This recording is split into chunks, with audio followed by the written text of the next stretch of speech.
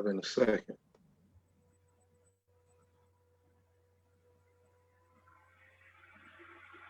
Oh yeah, we good. So good evening, man. It's August the 30th. Can you believe it? 2020, another month down and out. Going into September. Yeah, So I can believe it. before we get started, as usual, I'd like to introduce myself and my co-host here. We got Dan in the house and myself, Cool C One. We here to do another Sunday edition of Soapbox Sunday podcast. And as I said, it's August the 30th. We started a little late this evening, but you can always go back and look at us on our social medias. With that being said, Dan, before we get into anything, man, tell the people how they can get in touch with us. All right, they can get in touch with us on our 1-800 number at 800-951-4866. That's 1-800-951-4866. We are Athena Protection, and we provide a variety of security services. You can also reach us on any social media platform at Athena Protection Service. All right, awesome. Man, so a lot didn't happen since the last time we was together on the podcast. It's been a few weeks for us. Yes, it has. We apologize. We have things going on in life, is just like everybody else out there. But we're glad to be back. We missed the opportunity to do this. Man, lots been going on though since the last time we had a podcast. But before we get into that, by chance you got the numbers ready to be able to let people know, because we still dealing with COVID, and we'll touch bases on some topics related to the COVID. Ready to go over the numbers? Real quick and real simple, the numbers are continuing to go up. We over 100,000 in Michigan. We have 6,400 deaths, creeping up to 6,500. And we have a daily case rate of about 539 right now in the state of Michigan. Wow. So most definitely, not to sound like a broken record, we gotta continue to wear the mask, folks. Continue to social distance.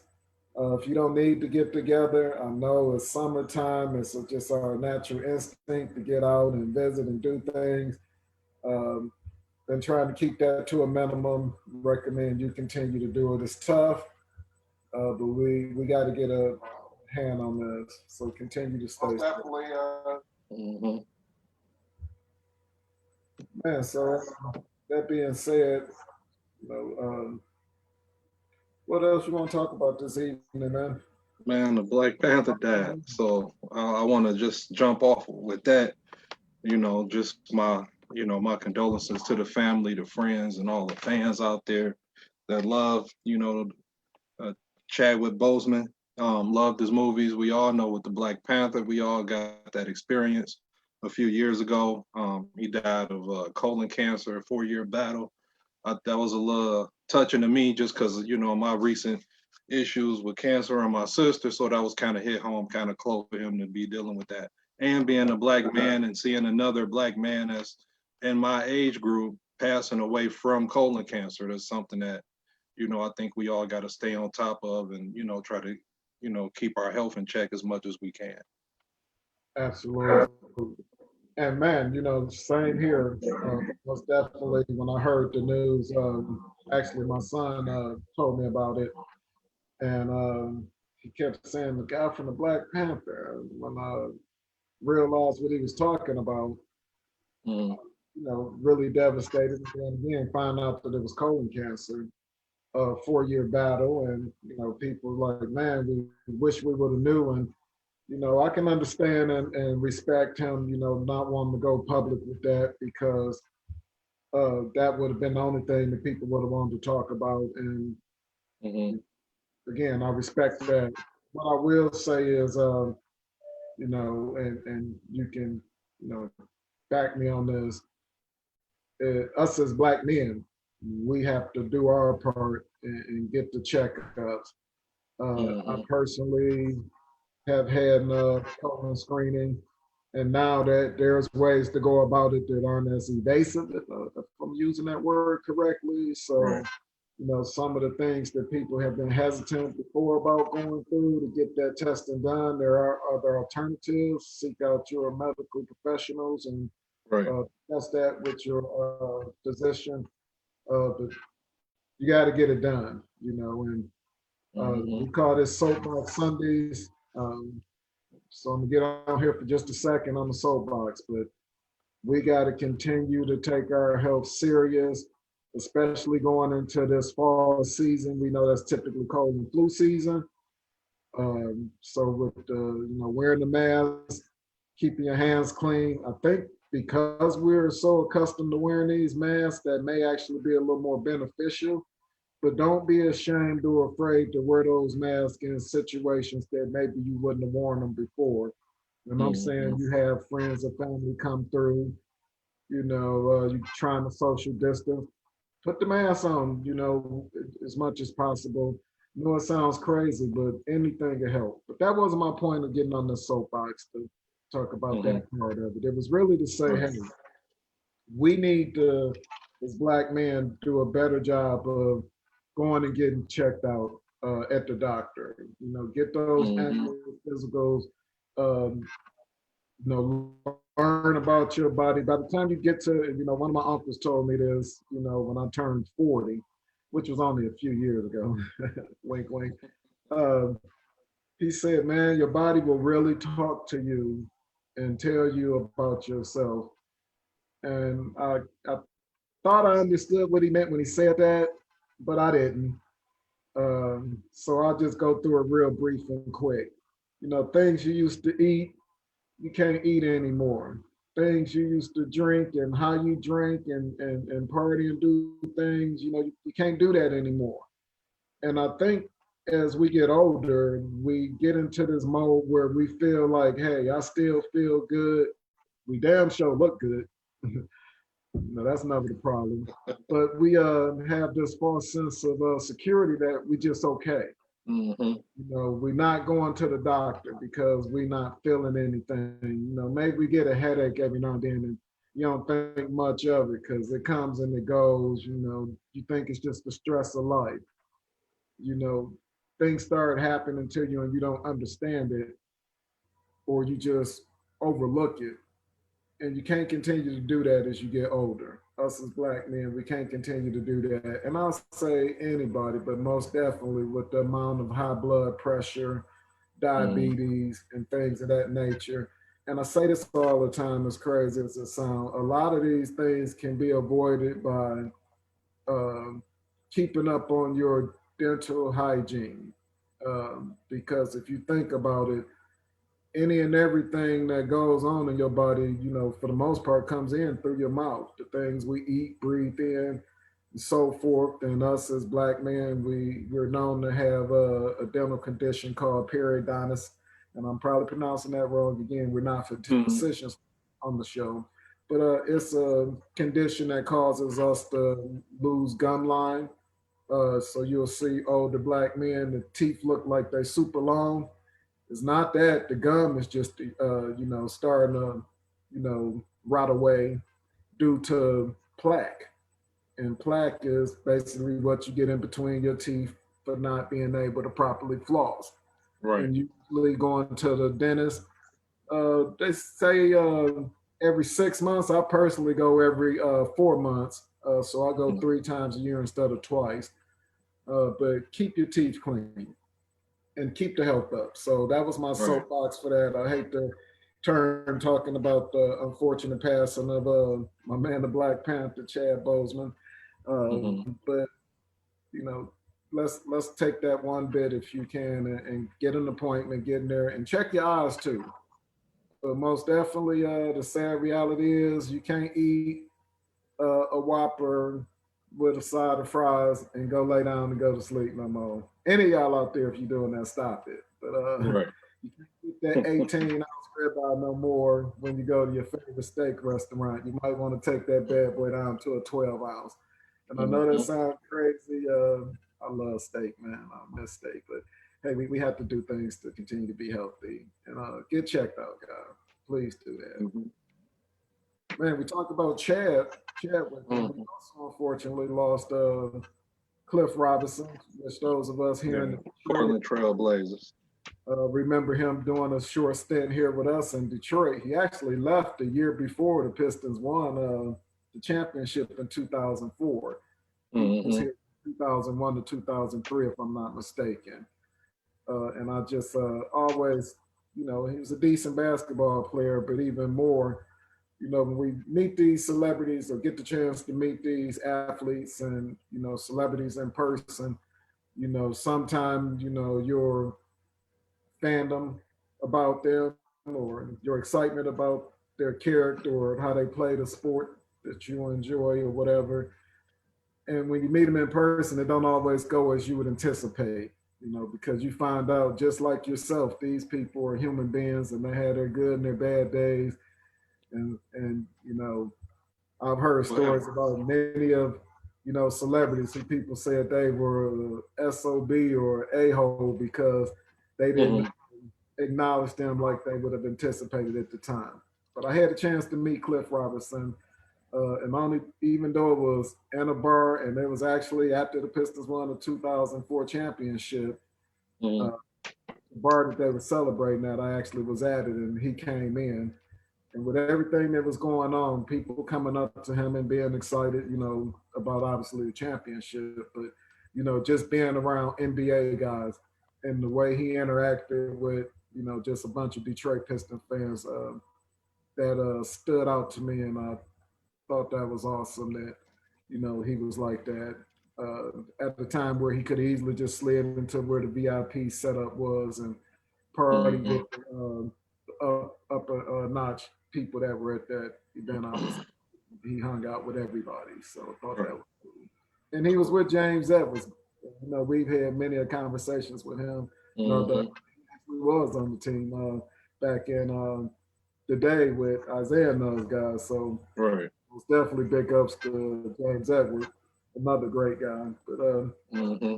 just wanted to say, he will be missed. Young too. I don't know what was the cause of his passing away, but 53, Right. most definitely Right. too. Mm-hmm.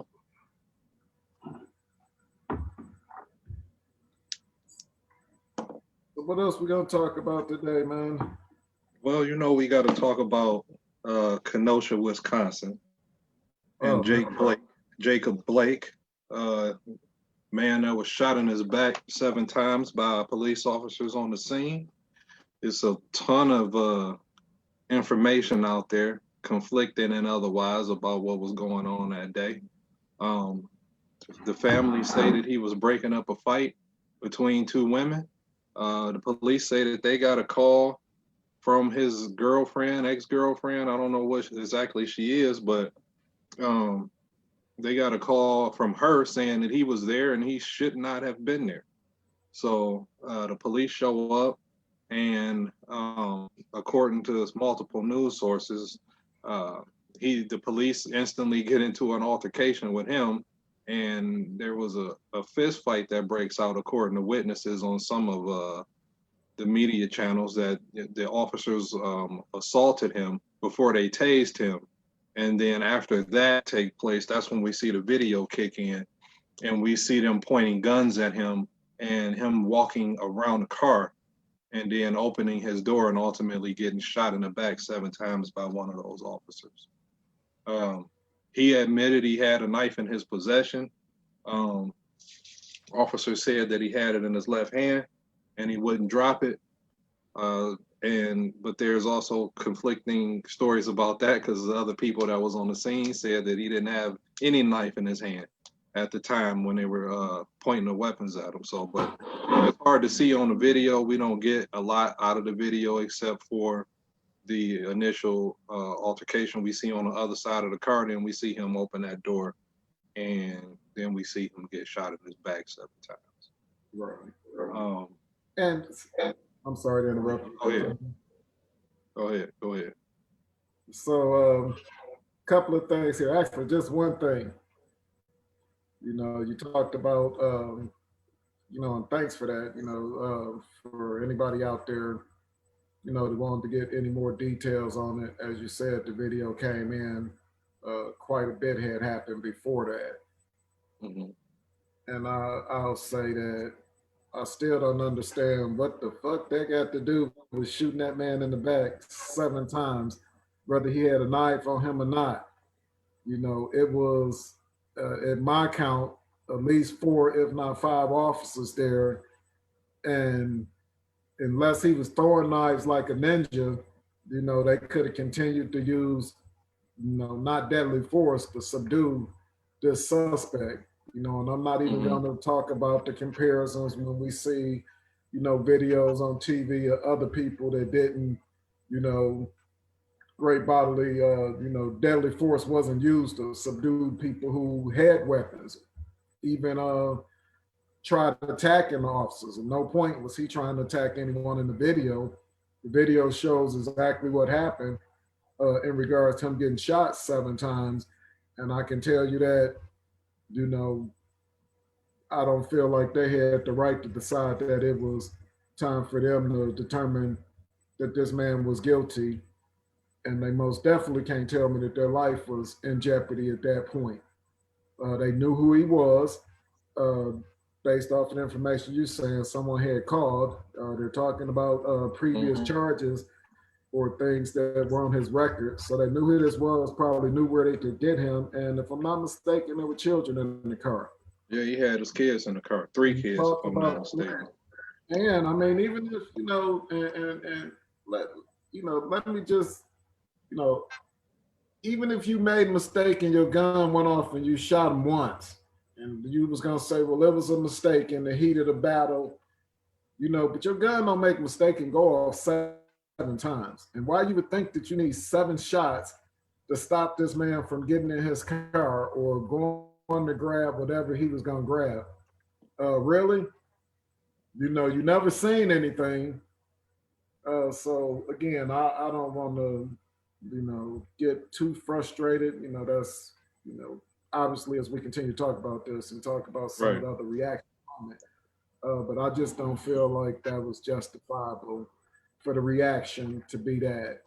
And you know, again, my hats off to the police officers to go out here and try to do what they're supposed to do every day. But I'll just say this, and I'm quoting Chris Rock here, and I'm sure I won't quote him 100%. And it may not even be him, but we say when we get on the airplane, we don't want to hear the pilot saying, well, most of us, just about all of us, job is to try to land the plane every time we take y'all up in there and come back down. Even though some of the pilots don't do that, but for the most part, all of us are trying to do that. How comfortable would you be getting on the plane if you knew that not all pilots were, you know, going to do a Oh job no. of making sure you land the plane safely? And I'm sorry for Um, growing that up if I did. For anybody out there that's heard, you know, people talking about it, but you get right. the gist of what I'm. You know, there's things that go on within the police department, and you can speak on, you know, more intelligently than I can. But there are things that are going on in the police department that my suggestion would be, you know, when I hear defund the police and people think that we don't want police officers policing our communities, it's just some things that they have in their rule book that need to be changed. You shoot somebody, I know if I shoot somebody 7 times in the, whether it was defending myself or not, the chances of me going home and having dinner with my family and getting a good night's sleep and Hmm. rubbing on my significant other are not going to happen. And it's most Right. definitely going to not happen if guilty or innocent can't be proven on the scene. But yet, and still, police officers have a ton of time to, you know, collaborate stories, look at evidence, and you know, if I could look at a situation I was involved in and study it on video or whatever, and then get my answer as to what happened, that would be almost like taking a test with the book open, right?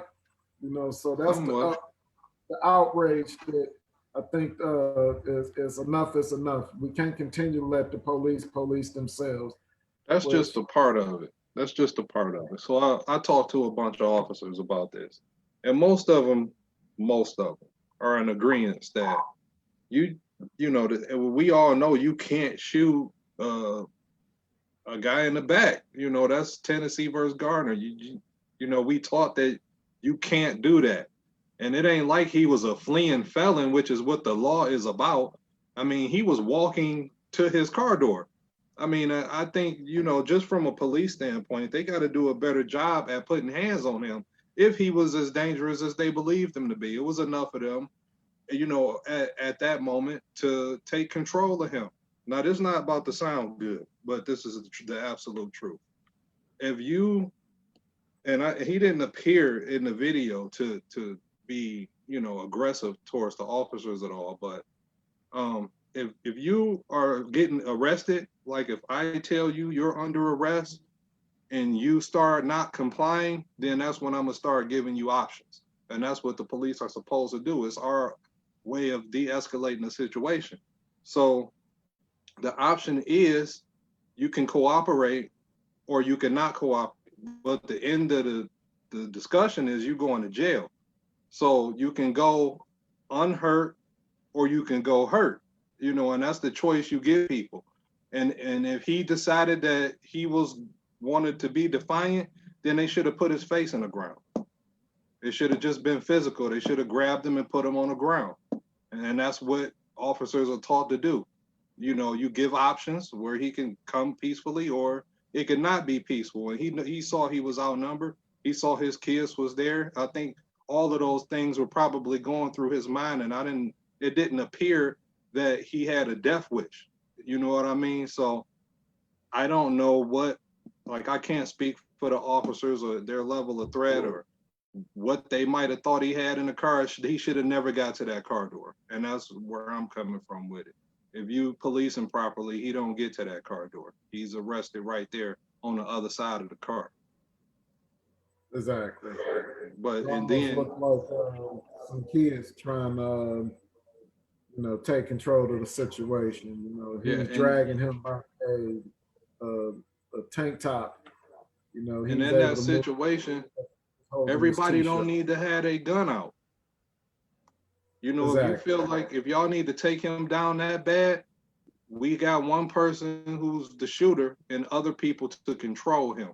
And if he started getting out of hand and putting somebody's life in danger, then that's when you may or may not have to shoot. But I mean, the whole situation was just handled wrong. And I see people talking about him being handcuffed to the bed. That's because he had an arrest warrant for the girl who called the police on him the day he got shot. There was an arrest warrant out for a previous assault that has been vacated, but the case is still ongoing. So he's not, according to news reports, he's not handcuffed to the bed anymore or shackled to the bed. Reported that. So, and thanks for that. That really hopefully is helpful to people out there that, have only heard or seen the video to give a little more insight on it, as well as your perspective with your previous, experience with the police department as an officer. So thank you for that. I guess next thing. There's always reasons to shoot people. There's always a reason you can shoot somebody as a law enforcement officer, but most people don't. And that just speaks to good officers who know when they should or shouldn't, not because they can, but when they really should or shouldn't. And I think that's where we lose people at, and these officers just shooting people because they can, or they feel like they can articulate why they did it, so they just do it. And I think that's where the problem is with police officers right now. They just shooting people because there's a window in the force continuum, which is when you can and can't use deadly force. If they see that window or they can articulate that window, some people just shoot. And I think that's the problem. Just because you can don't mean you should. Exactly. And then you had the young man who had his mom drive him to the area because we know that there were protests that continued on. Right. After that, people were, taking on their right to peacefully protest. And I know in this situation it wasn't peaceful yet again. And, we've talked about that before. and won't even go into much detail on it because Mm-hmm. I just put it to you like this: when the big bad wolf was trying to blow the little pig's house down, they had to use deadly force to save their lives. Are the pigs villains and bad because they did what they did to save their lives? And of course, I know I'm talking about a fictional cartoon, and I know that people may say no one should be out there causing more damage. But Mm-hmm. it's an unfortunate thing that has been taught by this country for hundreds of years. Um, don't be mad at your kid because he hits people at school, and every time he or she do something at home, you hit them. You perpetuate that type of behavior, and our country unfortunately does that as we see. So again, do a better job of de-escalating situations. When when you kill an unarmed black man, you need to do a better job of helping organize and protect those concerns that you may have out there Mm-hmm. in a peaceful way. But you come out there with tear gas and running people over with SUVs and shooting bullets and things at them. People are fed up. You're not gonna keep telling me to calm down. Listen to what the officers are saying. Stop being resistant. These are things that people are very frustrated with, and we, I purposely didn't give a bunch of detail on the gentleman who went and shot a couple of protesters. And I shouldn't even say a gentleman, it's a kid, a 17 or Mm-hmm. 18-year-old He who was had 17. access to an assault rifle. And I didn't even know you could do that um, in any state. I didn't know you could be 17 and be walking down the street with an assault rifle. But that's a whole nother story. But I won't give Mm-hmm. his name or him any light. But just know that he most definitely was handled much more different than a gentleman who, so-called was resisting arrest without a weapon visible. They said he may have. They found out he had that knife after the fact. Mm-hmm. They didn't know he had a knife when he went to the car. Right. You know, so and again, we won't go over that again. But I just, That's it's an that's all unfortunate situation, speculation. Yeah. right? So it's an unfortunate situation, but we know that the protests started and are continuing, Yeah. um, and So let me say this surprisingly, about yes, before we the guy, the teenager with the assault rifle.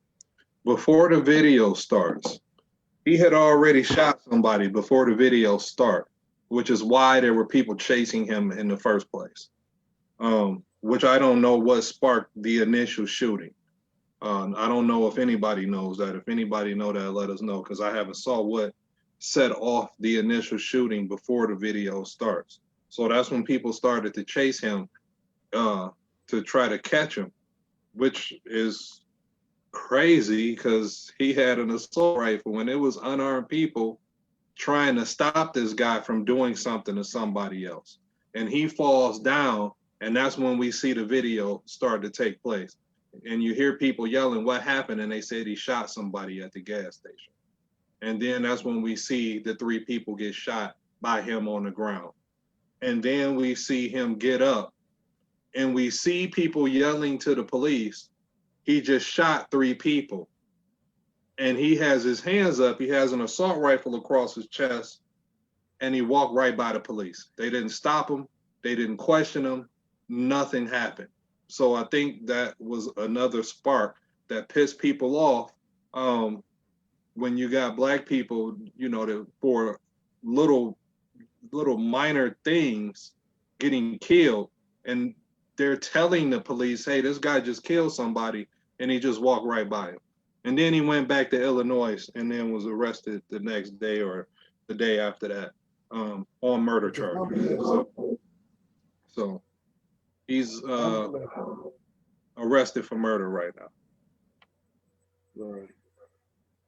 So the NBA, is something that was, I'll say, shocking, because they're in the mix of their, playing their what we call COVID-19 bubble playoff series is going on. The NBA extended their season and cleared it to play, in a literally almost a bubble atmosphere down in Orlando, Florida. The teams that are in the playoffs are down there playing. I won't get into the details of the bubble itself, but just know that all of the teams that are playing are staying in a handful of hotels, if I'm not mistaken, at one of the resorts down there in Orlando. And the Milwaukee Bucks, being that this situation happened there, um, were just really fed up and made a decision as a team to boycott playing in the game on, if I'm not mistaken, that was Wednesday night. That the players said, we're just not going to play, and then after shocking, the following games that evening also decided to boycott, and before we knew it, there were no NBA games being played that evening, and they all said, you know what, we're going to boycott because enough is enough. We can't continue to see these things happening. And somebody asked me, they said, because as we know, the playoffs resumed to, today. Teams were playing. I'm sorry, they resumed last night. Teams played on Saturday and again today. And I was having a conversation with someone, and they said, and this was right when it was announced that the teams were boycotting. They said, what do they think they're going to solve? And of course, we went back and forth because it was all fresh, hot, new topic. We went back and forth on. I gave my opinion on what I, hope to see happen, and I was like, I really felt like, they need to, use their platform to push their bosses, i.e., the owners, to do something. So when it was announced that they were going back to playing and they were going to continue the playoffs on Saturday, i.e., yesterday, and people said, see, they did this, and what was it for? What was the purpose of it? We do these grand gestures, and what was the plan? You don't have a plan. You didn't even, that was irresponsible of you. They putting all of this on these athletes. And again, we talk about, rest in peace, Cliff Robinson. We put these celebrities because they play a sport really good. We put them on this platform and we hold them to some really high standards. We expect them to never miss a shot, win every game, only speak when spoken to, unless it's something we want to hear. And we are so judgmental of these gentlemen. And I just felt like, yes, they made a quick reaction, but again, these teams, because they're all in the same one location, were able to meet. I don't know if it was in person or they got on a Zoom meeting like we're doing, but they all were able to get on the phone or communicate together and came up with the decision to do this. And what I hope to see, and it was discussed briefly, is to see that, okay, we didn't expect something to change immediately from that boycott. What we wanted and what I think the NBA players are doing is saying, hey, look, Mr. Owner, the guy that write LeBron James and Kawhi Leonard's check, the billionaires, not millionaires, who are involved in this league. Hey, look, you have huge influence, and there are people who you can reach out to where you can help push the narrative for these changes, and we need these changes to happen sooner than later. And I know earlier, before we started in our production meeting, before we got on there today, we talked about, and it's like, hey, in 1954, we got full voting rights and was supposed to have all this equality. We're talking about over 60 years ago, and we still talking about voter suppression and things of that nature in 2020. And the reason I point out the time frame here is because we went all of those years and seen the progress, which when we look back at it, I know it doesn't feel like a lot to me. So we can't expect it to go lightning fast in what 48 to 72 hours with these NBA players who said enough is enough. We're gonna step aside. We're gonna get your attention, and with that attention, we want you owners to use your platform, which is bigger than ours, and it may not be visible, but it's most definitely financial, and it's most definitely, and I'll just be blunt, it's most definitely politically involved when you're as wealthy as some of these people are. These owners have the ability to go in and, I'm sure the owner of, the Lakers can pick up the phone, Jenny Buss, and she can call the governor of the state of California and can get in communication. I'm sure they would take her call. I'm sure that, and I could name a few other owners, but I'm sure they have the ability to be able to pull these people aside. And just with the amount of things that they have control over, I just think that they can do a better job of helping push this narrative if they truly care about their investment in the NBA teams that they own and want to continue on. People said, they'll just take these players and get rid of them and get new players. They can't do that. They can't do that, number one. Number two, the players aren't idiots, and that's kind of why they went back. They're not going to jeopardize their platform by staying out any longer than, and getting themselves in a legal situation, because these are contracted individuals. So they do have to maintain and stay within the agreements that they've signed within their union, and their union representatives will go into more detail. But I just feel like the consistent conversation is changing. We talked about the police department, the defunding of the police department. I think the misperception is we don't want police in the streets anymore, and that's not. I don't think that's a misconception. It's just misinformation. Yes. Police officers know that they shouldn't be doing everything they're doing. And I had this conversation recently, like going to mental runs and picking up mental patients and signing petitions, them to go into the hospital on behalf of their family. That's not something the police should be doing. Before we had, at least in Michigan, we had Herman Kiefer, where most of these people were living. And that's not really a run that police officers really had to deal with, was mental patients who refused to take their medication, or who, thought everybody was trying to kill them. That's not something that police generally dealt with. And they don't have the in-depth knowledge to even deal with people like that, when sometimes you can just talk these people out of the situations that they're going through if you patient. You know what I mean? So that's why trained professionals need to deal with mental patients, and why they should have facilities open and not 1,000 AFC homes across the Wayne County and Macomb counties. It should be something a little more central than what we have, which is why we asked them for this reform. And I think everybody knows that it's reform and it's not get rid of the police. Anybody that's saying get rid of the police, they either uninformed or they peddling bullshit. Exactly. Great point. Great point. So, and back to what I was saying, just wrapping up here, I applaud the NBA players for, standing up. Too many times people are so critical of them.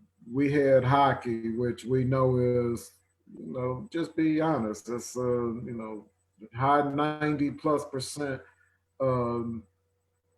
non-African American or Latin, it's bottom line, it's not a Black or Latino sport typically. Hockey is predominantly white men. and even in the hockey community, just the solidarity that was shown by all of these athletes. You know, soccer. There were even moments of silence or a kneel in response to the boycott in other parts of the world. You know, in other Yeah. countries. You know, right now, I'm one of those people that, I don't believe in, I don't care what nobody's saying, what they think, but as a country right now, the United States is not getting the best look worldwide. We're banned from quite a few places right now, and I'm sure the message is due to COVID. But right now, I think that due to certain political things that are going on in our country right now, that people are kind of like, you know what, I don't want to be involved with this country. But the last thing I'll say on the me being impressed with it, because one of the things I do think came out of it in regards to talking about elections, and this year's elections to be specific, and yes, we need to get out and vote. We every election that seems to be really important, and it seems to be almost like, I remember some years ago, P. Diddy, back, tell you how long ago it was 106 in Park was still on. Shout out Free and AJ. I know AJ had some problems since, but anyway, 106 in Park, we all loved it. And I remember saying "Vote or Die" was like the slogan or something back then. Gets really dramatic and gets really heated up. And I think one of the things that the NBA owners have committed to, if I'm not mistaken, and I think it came from out of this boycott, was to open up the arenas to be locations for collecting mail-in ballots. Because we know that there's an effort to slow down the collection of mail across this great country for whatever reason. So shout out to the NBA players. If nothing else, again, I feel like they're pushing the narrative to the owners to help us do our part to change what we can in our communities and be a stronger voice to legislation moving forward. But with that being said, I feel like we as communities, so let's just pull the band-aid back. And this is me quoting Mr. Cube, Ice Cube, yeah, yeah.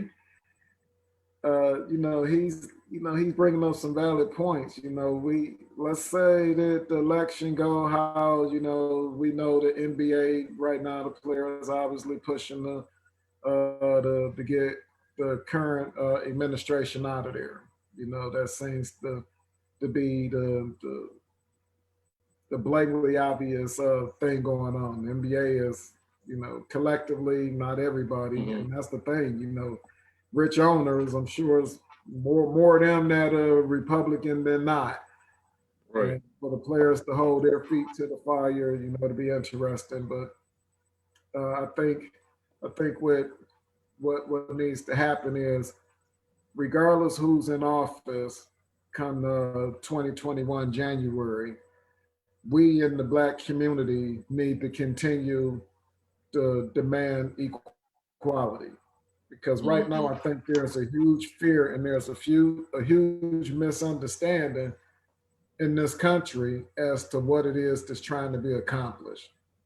Because I try my best to look at both sides, and I can see how certain statements make people uncomfortable. Black Lives Matter. That's as a Black man, I already know my blackness is already very intimidating. I joke about you and I being out in public and felt like Will Smith when Charlie Mack was first off the limo. Right. I know I'm not as intimidated about being out someplace when I got you hanging out with me. And I'm not the littlest of guys, but I'm not the biggest either. So, I say that to say that we are so intimidating to people just from being Black men. They say that we talk aggressively, and I'm like, man, I've been in a lot of Chaldean party stores and gas station, different things, and you talking about aggression. Their language The way they pronunciate words sounds very aggressive. And having knowledge of that, I know not to take Right. it that way. Right. I know that Italians can be very emotional and aggressive in expressing themselves. And we all know they, talk about violence, Hmm. they typically are the ones who pride themselves on heading up legal crime throughout this country of America, at least. So very intimidating people, but again, none like the black man in America. And I won't even say America, just in general, the intimidation of us. Let So me let me turn the page on you for a minute. turning the page. Not really turning it, but I want to talk about something in particular that came out of the boycott. That two different people said the same thing. About the NBA boycott.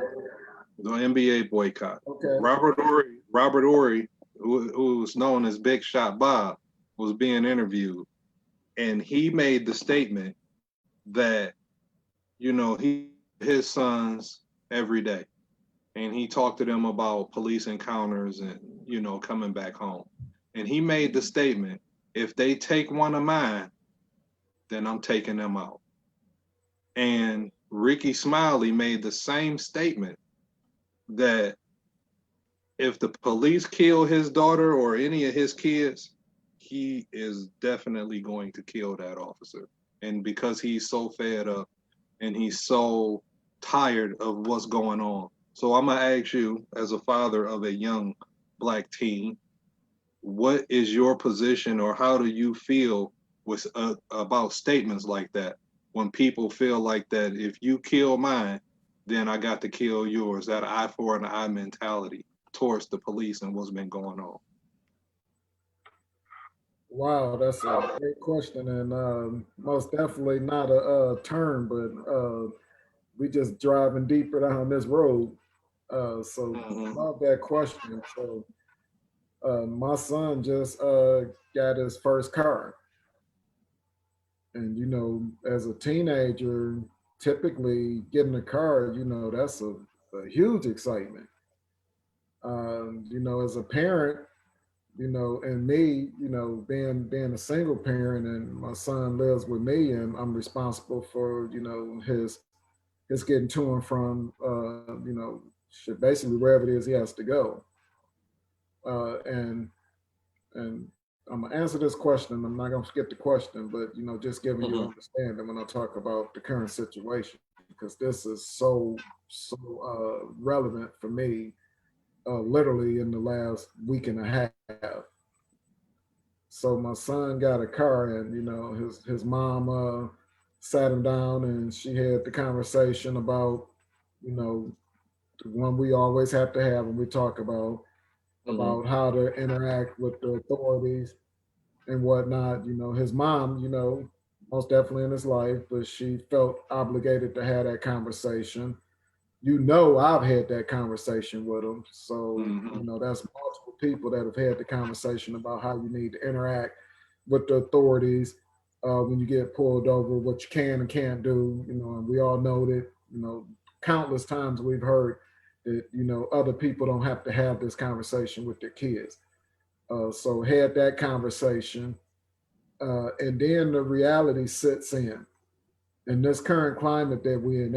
Every day when my son pulls out of the driveway, whether I'm here or not, I literally have to just, you know, give a moment of silence and just, pray that, he's gonna be okay today. He's gonna be Hmm. safe. I hope that he don't have any encounters, and is very nerve wracking. Him just getting out there. And he shakes his head. Yes, I get and understand, but he won't know until it happens. He won't know how he's going to react until it happens. I know he's aware of it, and he's going to try his best to do everything he can to avoid, putting himself in a situation where he could be um, shot and killed or choked or whatever it is those officers want to do to that young black man out here who fits the description of every damn thing that's going on out here. He was black, and he Right. was um, medium complexion and roughly 5'10" to 6 feet tall, and oh, he had some braids in his hair. Mm-hmm. And, so now to answer your question, because I think we have these platforms, just like you and I are on this platform right now, talking about the topics. When things happen, we tend to, and I'll say this is a generalization. Everybody doesn't fit in this because when people say things like that, I feel you should take them serious. But Mm-hmm. in this current climate, with the level of frustration, I understand how a parent of a black child would make that statement, and I probably high 80s, probably 90+% believe if they had that opportunity, they would. Mm-hmm. But in the reality, I don't think that we would have those type opportunities. I don't think that either one of those individuals would do what they would need to do to put themselves in the situation to be able to get that shot off Mm-hmm. at that officer that took the life of their child. And as a parent, yes, I'll sit here and tell you I'm gonna do everything in my power to protect mine, up to and Right. including into somebody else's life if I have to. So I understand as a parent, but also understand the frustration that sometimes people say things, and like I said, I wouldn't discount it, but I know that people say things in frustration that they may not necessarily mean. Mm-hmm. And it's kind of it's not to compare the two and make light of either one. It's kind of like when we try to relate to being slaves 400 years ago in Mm-hmm. slavery compared to now, because in some way, shape, or form, we still are enslaved in one way or another, and we say what we would and wouldn't do. We compare different eras of the NBA Mm-hmm. and say if this team played that team or this player is better than that player, and we talking about people that come from different eras. So as a parent, any parent out there, yes, you're gonna do any and everything you can for your child, and I just pray that those individuals don't have to go through that, because most parents will tell you when you have a child, and it ain't even something that stops when they just get 18 or 21. You know, you don't want to see your kids leave here before you. Mm-hmm. You most definitely want to leave. You don't want them leaving here due to the hands of somebody who don't even feel like they deserve to be here just because of the color of their skin. And I'm sorry that I answered. It took me so long to answer that question. No, If it's I answered okay. it, You got it across. You got it across. I just think that in a situation and in most situations, we kind of talk in the heat of the moment and we talk from emotion, just like we, um, and I think just in that level of anger give you a little bit of tunnel vision and what you thinking and what you're saying. And we know better than to come from a place of emotion because generally acts like that or statements like that are carried out in the heat of the moment. Now I think that if you're not there when it happened and you get time to process everything and you get time to calm down and kind of go through things, then I think that it's unlikely that somebody will respond that way. But in the heat of the moment, and we see this a lot in car accidents where somebody in a car is killed. And for instance, I will use an example of a guy whose wife was killed in a car accident once. And he jumped out of the car and killed the driver of the other car because the driver had killed his wife in the accident.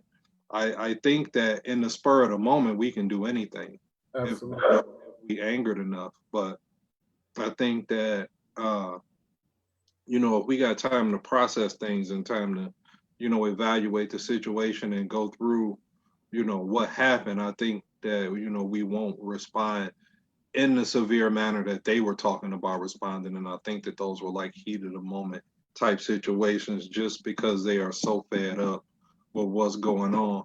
So Candace, talk to me today about how do I cope with keep seeing all these shootings and seeing all these things happening?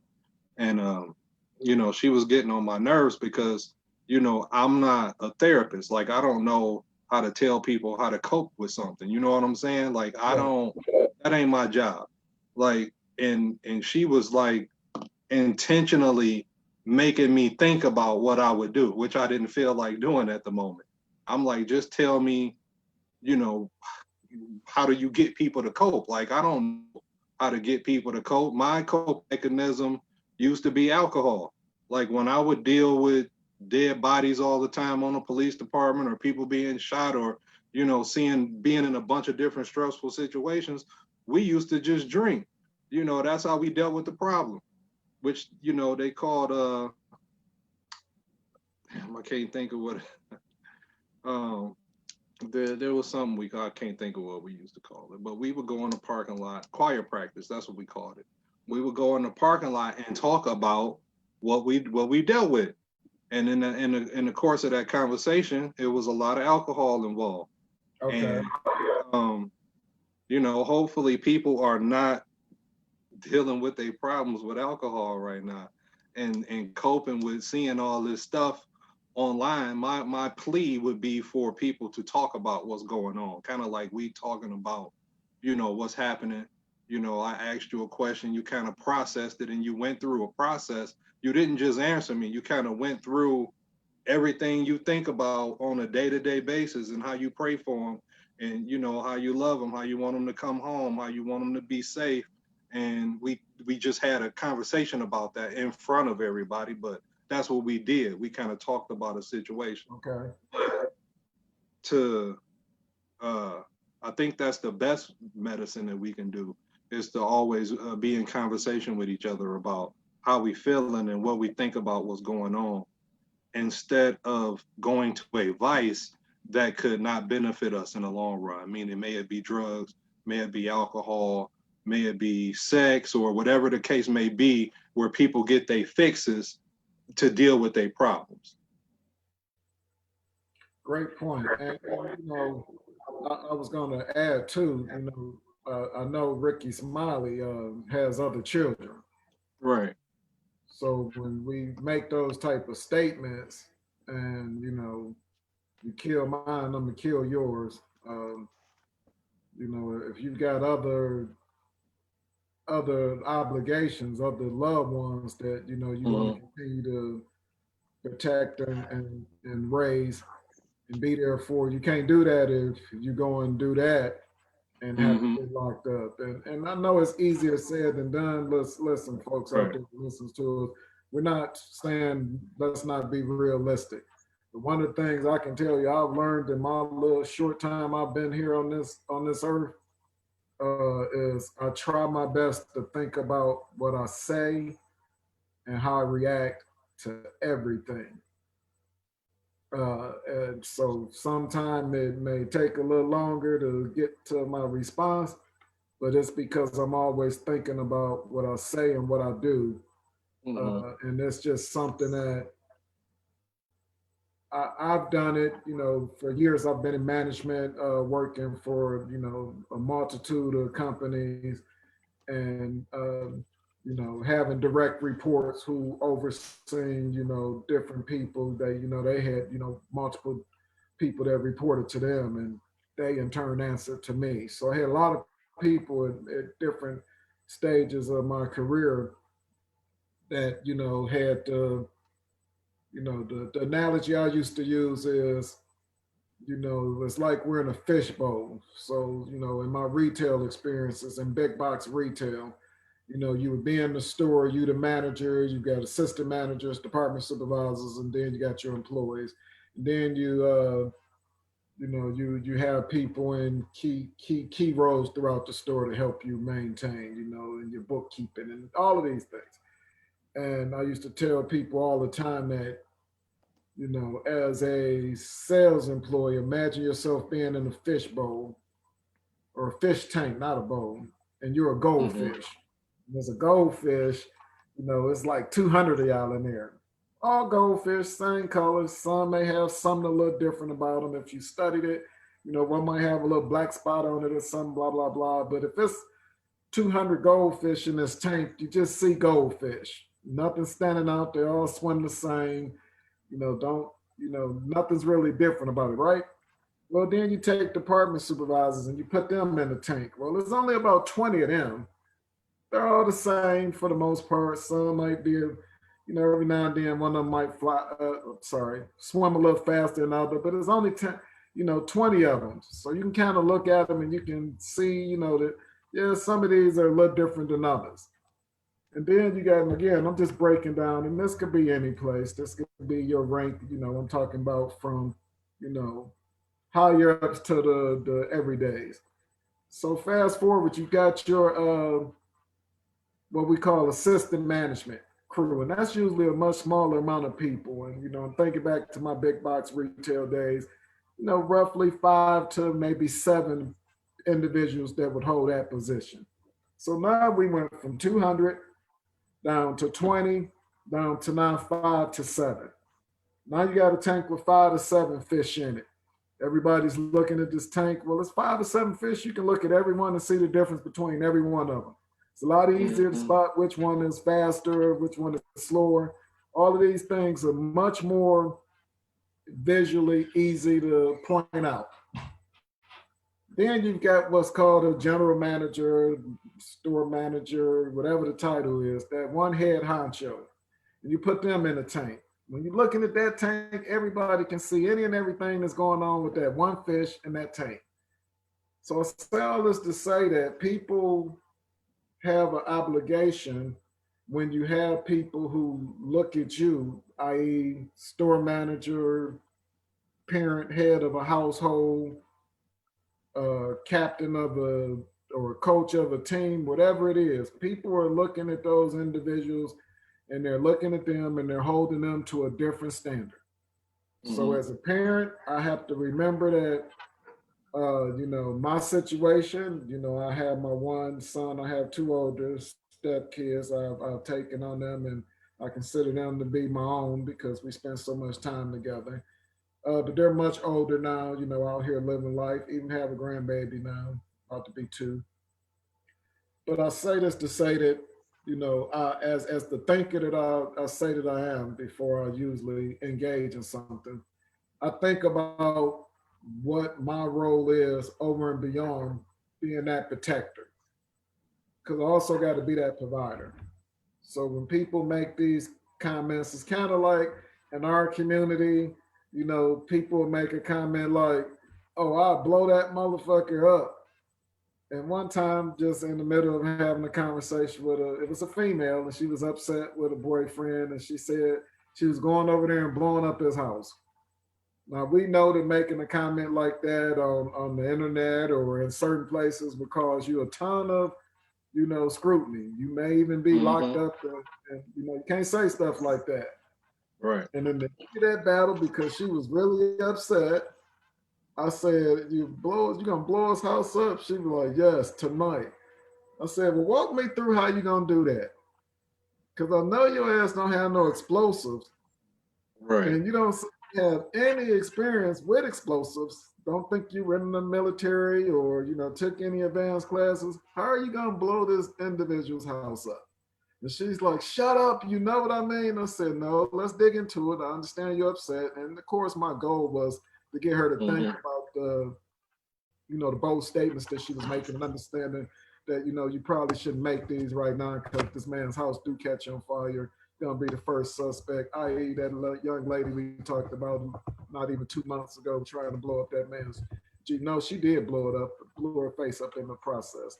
But Right. With my man's Jeep. Yeah, I said, walk me through it. No, I need to know how you're gonna blow this man's house up. So she proceeds to say, well, I'm gonna go and I'm gonna turn the gas on. I said, gas already on at the house. Where you gonna turn it on at? She said, and again, I'm just, at this point she gets it. Okay, I'm not gonna actually blow his house up, man. And I say that, I just bring that example up to say is that we as individuals sometimes make statements, but we do have to understand in our current environment and any and everything we say now has got like a timestamp on it and it can always be brought back up, i.e. Twitter, we see people being blasted for things they said on Twitter back in 2012. It's 2020. You know, you can make a Mm-hmm. statement 8 years ago and it can cost you. You know, we're very quick to react. So, you know, just wanted to share those couple of things, and hopefully that analogy with the fish tank, people understood. My point was it was not Mm-hmm. just okay if I work at a big box retail, I need to watch what I'm saying, how I act. No, think about your life and the people that look at you and are watching how you move, and it determines, you know, how they move.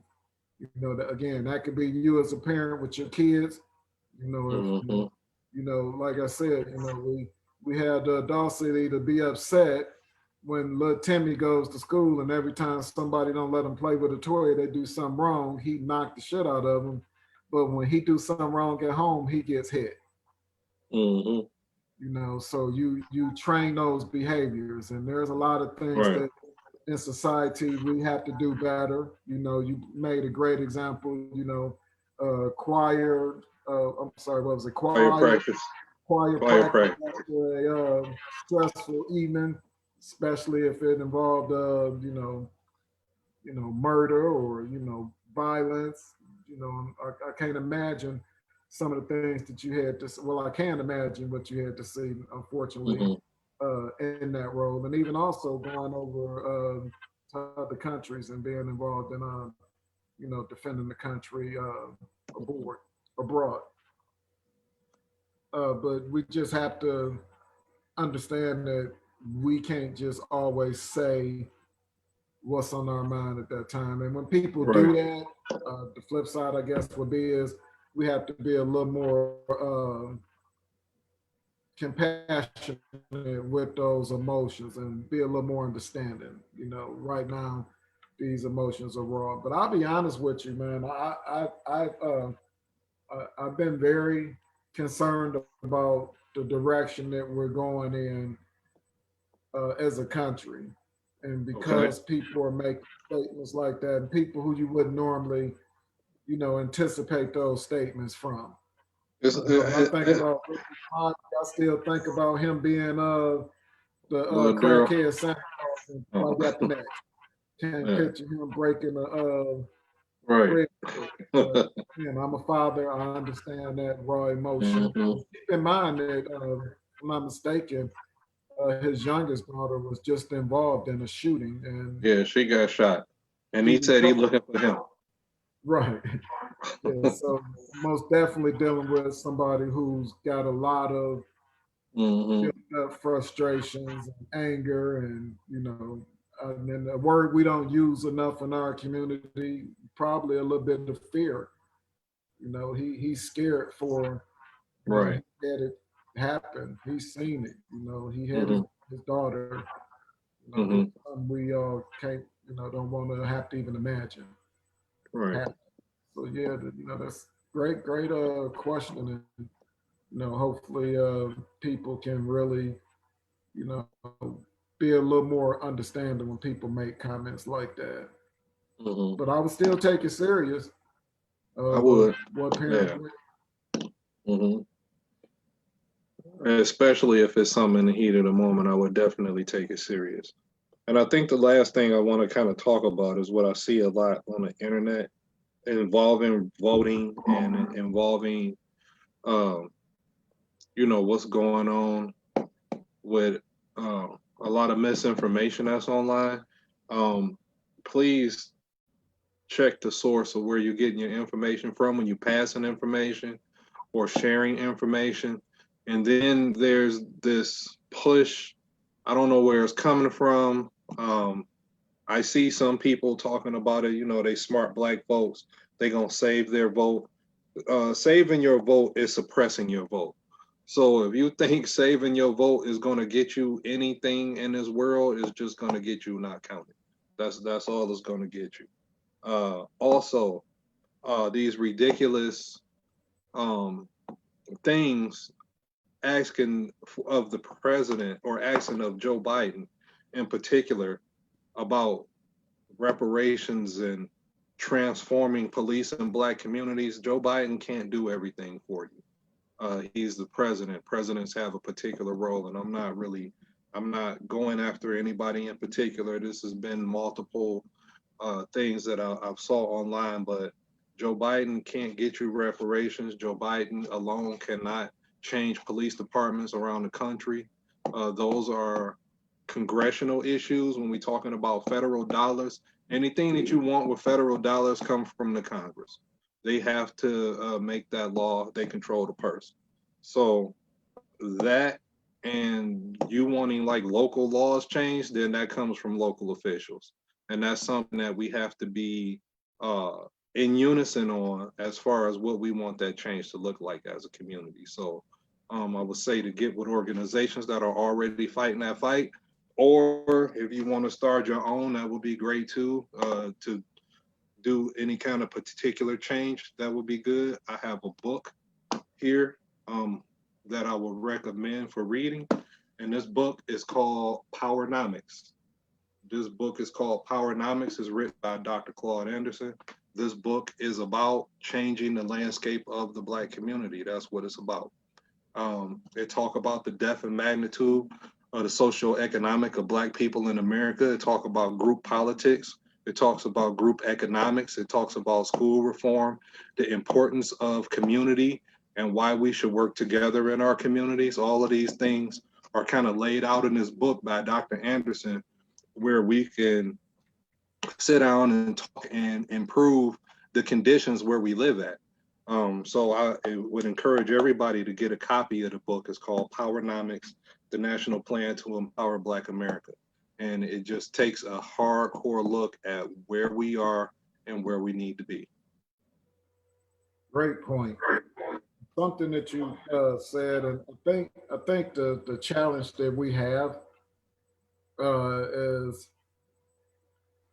we are waiting on somebody else to come and save us. And when I say that, I'm not talking about I'm not talking about you know, a religious saving.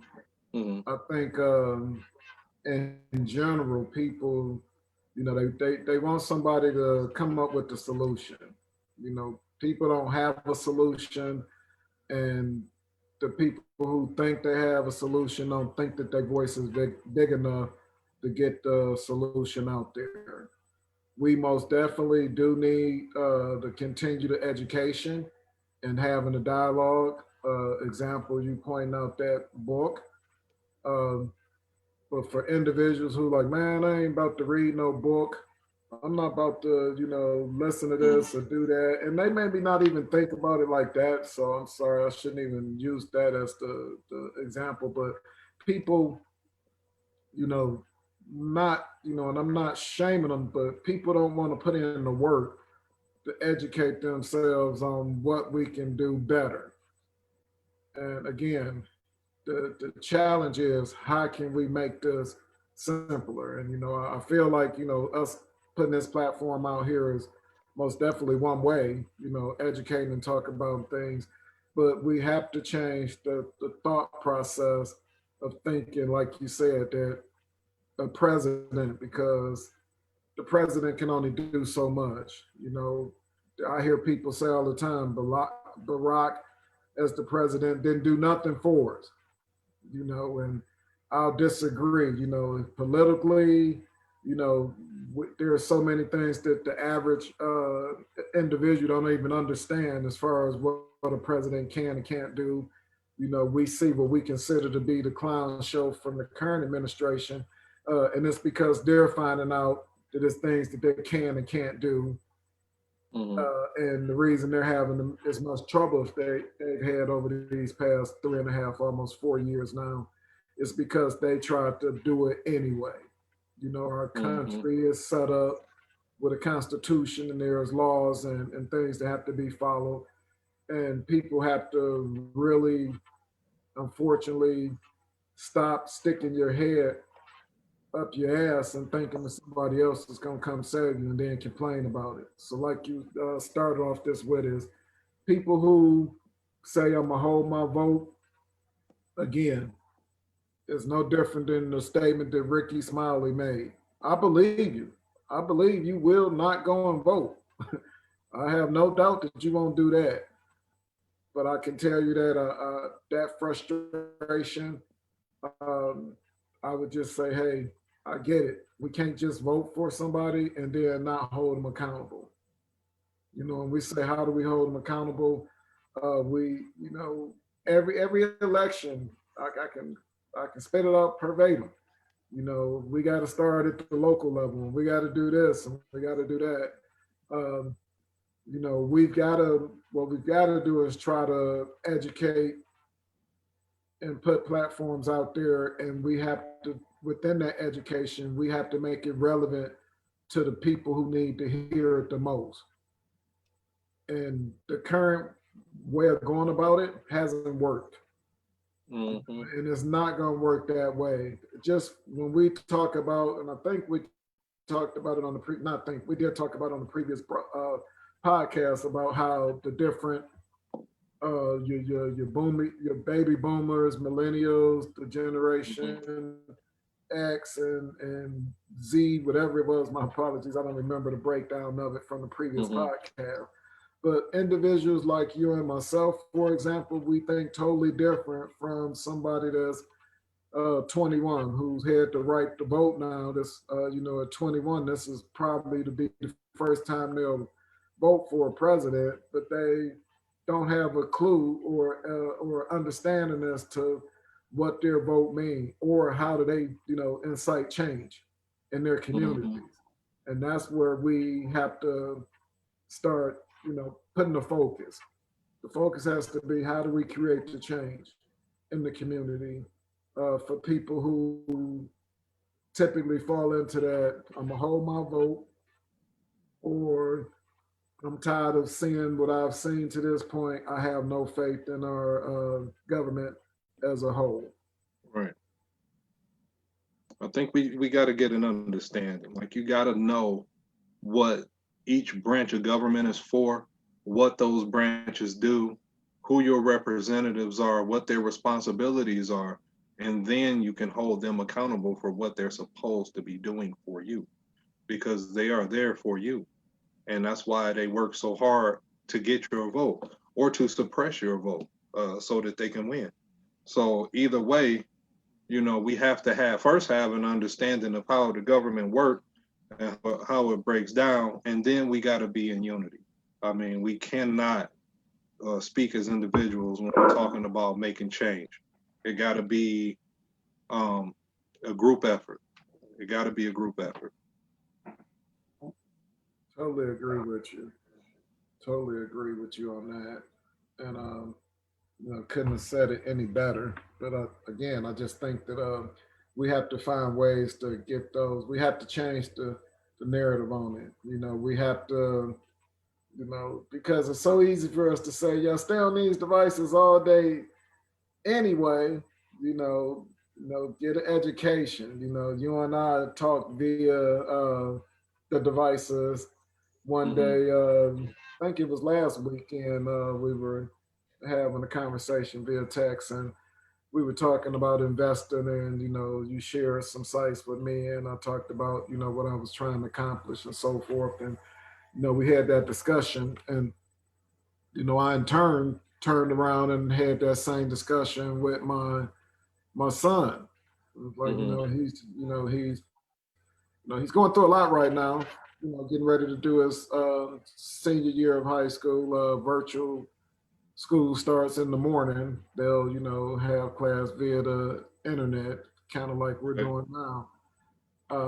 But sports have been postponed and pushed, you know, back. You know, if they'll have them, they'll be in the spring instead of fall. And you know, again, those things up in the air. But I talked briefly because he has a job.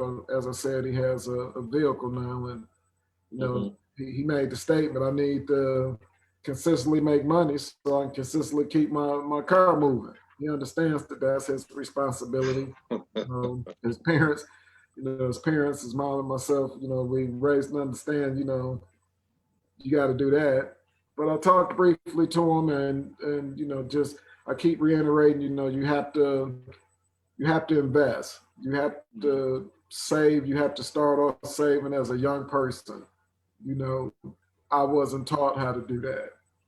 You know, we talk about how in school they don't do that. But within that, as we continue to, you know, talk about these things, we have to find ways to you know, keep educating our youth and, you know, people who may not, it may just be a economic situation. People who feel like Mm-hmm. they're not in the same economic situation as you or myself, which I'll tell Mm-hmm. you, you know, don't get it twisted. You know, people struggle, especially here in 2020 with COVID-19. Right. It affected people in all walks of life. But I we mean, just we have to continue to yeah, try to we figure out ways to make it relevant to people.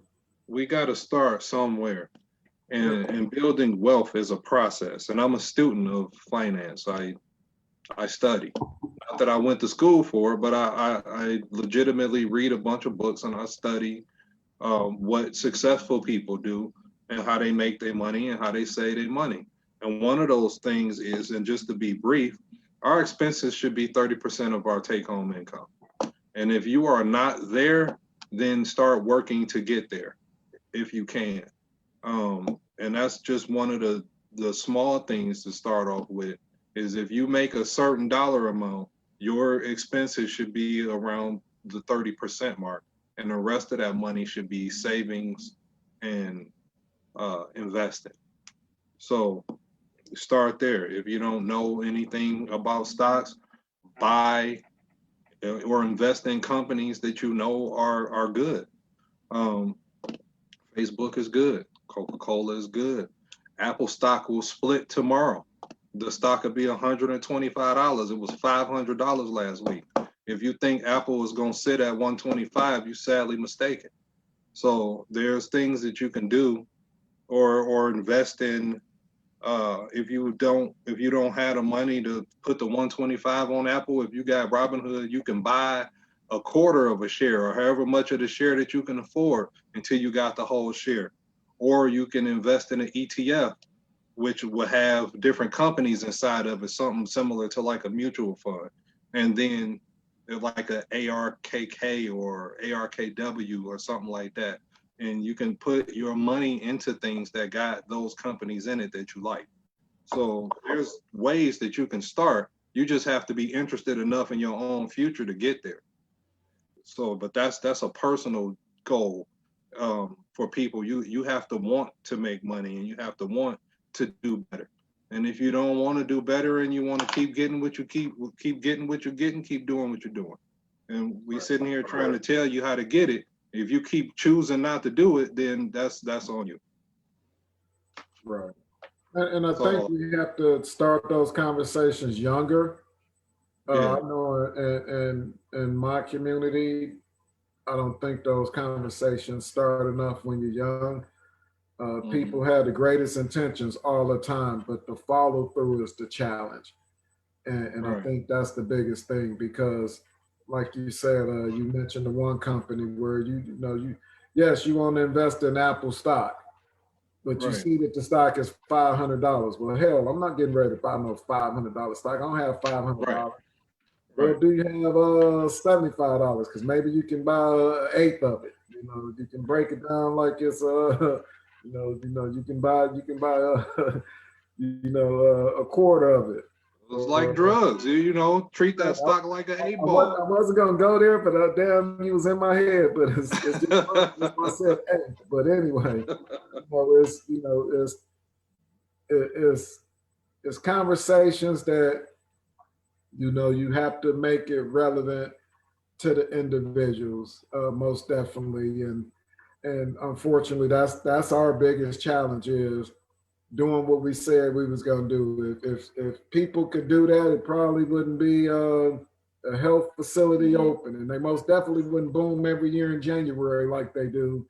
Myself as in the past, I would have my membership at the local gym, and I would hate going up there to work out in January because it would be packed. And Hmm. we would always have a running joke, and they're like, "Well, just wait till about Valentine's Day. it should be the leveled off, all of these do-gooders. And I used to always be like, man, I know I haven't followed through on everything that I've, sought out to do. Mm-hmm. And like I say, I ain't the youngest dude out there. Got a lot of years under my belt, a lot of experience, and I can look back on and say it's a lot of things that I didn't do that I should have, and so on. But I think we just too hard on ourselves. I think we forget that when we learned how to ride a bike, I don't know too many of us who just stood there. For those of us that didn't get training wheels, I don't think we took off pedaling that bike and just was riding it. I think we Oh fell no. a few times. I remember thinking I had it because I had rode all day and then got out there the next day and that shit didn't work like it did the day before and I crashed and skinned my knee up. I was like, man, but I didn't stop. I had to keep go trying. So Mm-hmm. in life, we try things, whether it be an employer, whether it be a relationship, uh, hell, whether it be what you eat for lunch today, then it don't work out. And too many times we beat ourselves up and be like, oh, the hell with it. I tried to invest, but when I got my check, I had more bills than I had, Check. money left over, or whatever the case may be. And we've been in all these different situations. We made them through them. We've been good and fell down and got back up. Or some people down right now, but you can get up. We just have to remember those things. And there are so many things now because people have had these months due to COVID to be sitting down with the idle mind to think about how can I be relevant in other ways and have chosen different things to do other than the traditional way that we've been taught. But whatever it is, the best advice I can give is for these things that you were talking about is you got to write them down. And I Mm-hmm. know it's corny and we say it all the time. Maybe in this new era, you got to put it in your iCloud or your Android notes, whatever you got to do. Uh, Set a reminder. As I've gotten older and I have to go to different appointments, and I was in a serious car accident, still recovering from that. Um, not even a year ago, having a ton of appointments and keeping track of those things. And I use my calendar on my smart device to schedule things. These stocks that you talked about, you can trade and manage these accounts right on your smart device. Mm-hmm. So again, if you down and you all the way what you consider to be, tapped out, how can you start making changes to get past that? We talk about that all the time. It's not something that's gonna happen overnight, but don't give up. The same way we not giving up, we hanging in there, and we all trying to collectively get through this coronavirus. Um, things that are happening in regards to this are affecting people in ways that some people would have never thought. I jokingly Mm-hmm. posted a while ago that I really thought this was going to be over at a minimum by Memorial Day. When Memorial Day came and left, I was like, well, for sure by the 4th of July. And as we get ready to have Labor Day weekend coming up, Mm-hmm. and we know, we're not where we want to be in regards to this, getting ahead of this virus. The reality is that things don't always go as planned. Right. But we try every week and we try to do our best to give people some insight. If you don't get it this week, we're going to be talking about it again next week. So, you can start then. Right. With some great topics today, man. Again, wow, just kind of summarizing what we talked about is, we kind of get to the end here. And for our listeners, Mm-hmm. I know some of you tuned in and, we'll watch this later on. Hopefully, there was one or two things in there that you can do and make a change in your life for somebody you love close to you.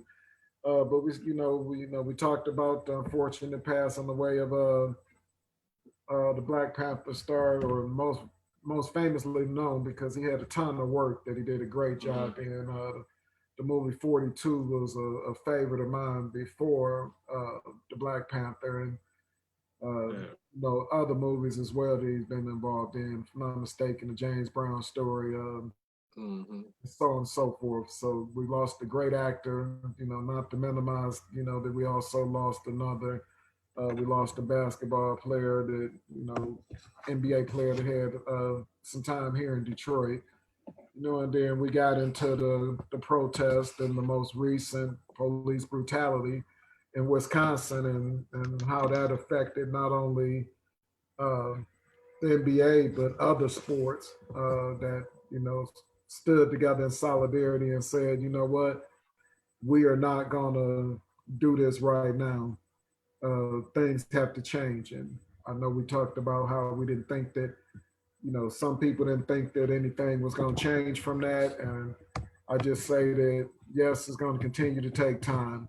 We got to stay diligent, but, you know, we brought up a great question based off of some statements that individuals made about what they would do if an officer killed their children. And that's most definitely a tough one because as a parent, and I won't even say just as a parent, when you talk about, your child as one example, it could be, like you used the example, the individual whose wife, he saw his wife lose her life in an accident and snapped and, killed other individuals.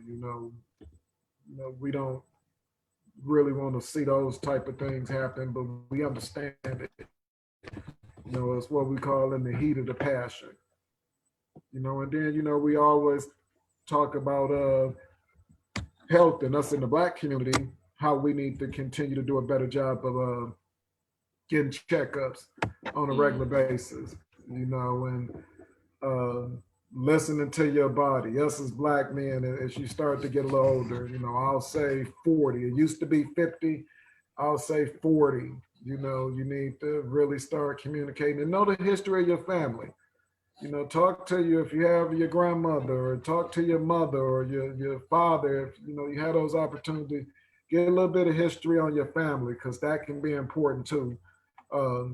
Knowing some family history when it comes to medical things is important. So we touched on that, and of course dental, your oral hygiene, the cleaning of your mouth. It sounds crazy, but it's the root of a lot of problems. If your mouth ain't right, it can Right. cause tons of problems throughout. And I'm not just talking about brushing your teeth in the morning, in the evening. You got to go to the dentist. You got to get ahead of any type of dental concerns.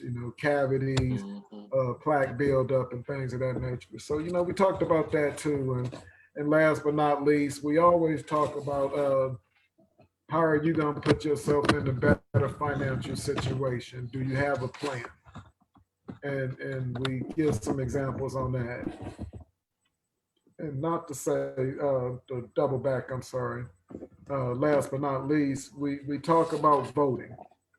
And we Hmm. talk about how people feel like their vote doesn't count when you don't see changes in your community. And it's almost like, and I'll end on this because I think I summarized everything we talked about. It is almost like this, you have people in the communities that especially, challenged communities, borderline poverty. People aren't, experiencing life like others are. Sometimes I hear statements like, if it's a God or it's a stronger power, how do we continue to have the disparity that we have in these communities? And that's a question where I won't sugarcoat it and try to BS you with an answer and just say you gotta believe. Well, every time you say believe, somebody kick you in the face. I'll say that I get it and I understand. And I don't have the answer. But I will tell you that trying to maintain and keeping a positive attitude, and that's probably not even the right word, but keeping a survivor's attitude. Because right now I don't even have a positive attitude towards a lot that's going on, but I have a survivor's attitude.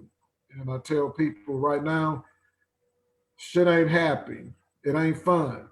Not knowing if you're gonna still be able to maintain your household going into the winter months with things being like they are, or not knowing if you're gonna be able to still be able to put food on the table or whatever it is. Just have that attitude that I'm gonna figure out something and I'm gonna survive. If you continue to do that, that's all I'll ask of it. Anybody out there who feel like they at the end of their rope. You know, like Mojo used to say, and I'm not talking about the one from 95.5. I'm talking about Mojo back in the late 70s, early 80s on the radio. Y'all don't know nothing about that. But he used to always say, hey, when you feel like you slipping and you can't hang on no more, tie a knot and hang on. Not referencing any nooses, any crazy shit like that. Just talking about an analogy of life. When shit get tough, we're survivors. Don't give up faith. It looks tough, man. Man, we've been talking about Corona now since March. It's getting ready to be September in another day or so. Hey, just keep on surviving. Do what you got to do to survive. And if you haven't checked on loved ones lately, continue to do that because people still out here, man. They still out here struggling.